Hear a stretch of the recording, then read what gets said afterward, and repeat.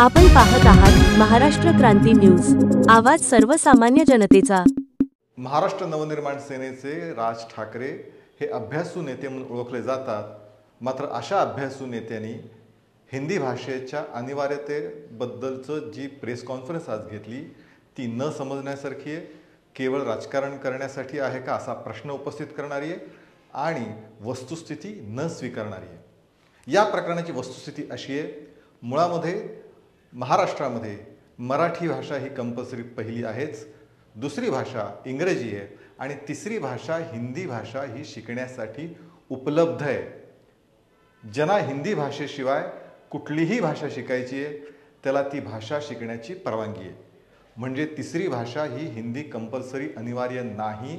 मात्र तरीही राज ठाकरे आजच्या प्रेस कॉन्फरन्समधून दिशाभूल करण्याचा प्रयत्न करत आहेत। जर 20 विद्यार्थी उपलब्ध असतील तर तिसरी अन्य भाषा कोणतीही घेता येईल अशा प्रकारचा स्पष्ट उल्लेख त्या परिपत्रकात आहे। मग जर असं असताना हिंदी भाषेची सक्ती केली जाते हे कशाच्या आधारावर ते म्हणतायत? शेवटी त्या शाळेचं व्यवस्थापन असतं, शिक्षकांची नियुक्ती असते, बाकी सगळे विषय असतात आणि म्हणून 20 विद्यार्थी असतील तर स्वाभाविकपणे शिक्षक नियुक्ती आणि बाकी सगळ्या गोष्टी नीट होतील। पण समजा 20 विद्यार्थी नसतील तर काय?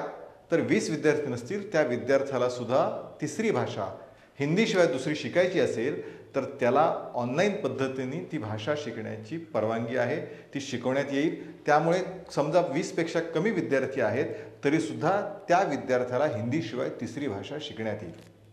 त्यामुळे अतिशय स्वच्छ स्पष्ट उल्लेख असणारं परिपत्रक आहे। हिंदी भाषा उपलब्ध आहे, कंपल्शन नाही, तिसरी अन्य भाषा तुम्ही शिकू शकता। आता पुढचा मुद्दा, वारंवार ते गुजरातचा उल्लेख करतात, गुजरातमध्ये असं आहे, गुजरातमध्ये तसं आहे।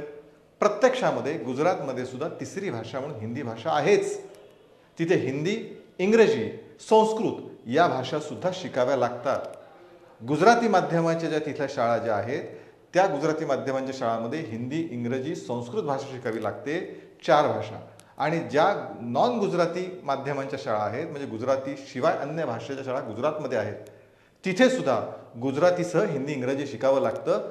त्यामुळे जणू काय गुजरातमध्ये हिंदी भाषा नाहीच आहे अशा पद्धतीने जी विचार मांडणी चालली आहे ती पूर्णतः चुकीची आहे। मुळामध्ये असं आहे की खरं म्हणजे इंग्रजी भाषा काँग्रेसच्या काळाकडे दुसरी भाषा झाली, जगाच्या पाठीवर इंग्रजी भाषा अधिक बोलली जाते। आपली मुलं त्यासाठी तयार झाली पाहिजेत तर स्वाभाविकपणे इंग्रजी असली पाहिजे दुसरी भाषा। तिसरी भाषा आली, ती तिसरी भाषा सुद्धा त्या भाषेची तोंड ओळख आहे।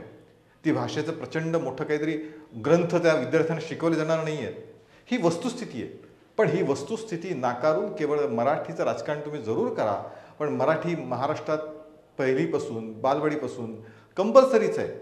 पण त्याबरोबर आणि मराठी असलीच पाहिजे, आलीच पाहिजे, पण त्याबरोबर तुम्ही हिंदीचा दुस्वास कशासाठी करताय? कारण ज्याचा उल्लेखच केला नाही, जी कंपल्सरी नाहीच आहे ती तुम्ही कंपल्सरी सांगत एक प्रकारे महाराष्ट्रातल्या विद्यार्थ्यांची, पालकांची दिशाभूल करतात आणि हे तुम्हाला शोभणारं नाही।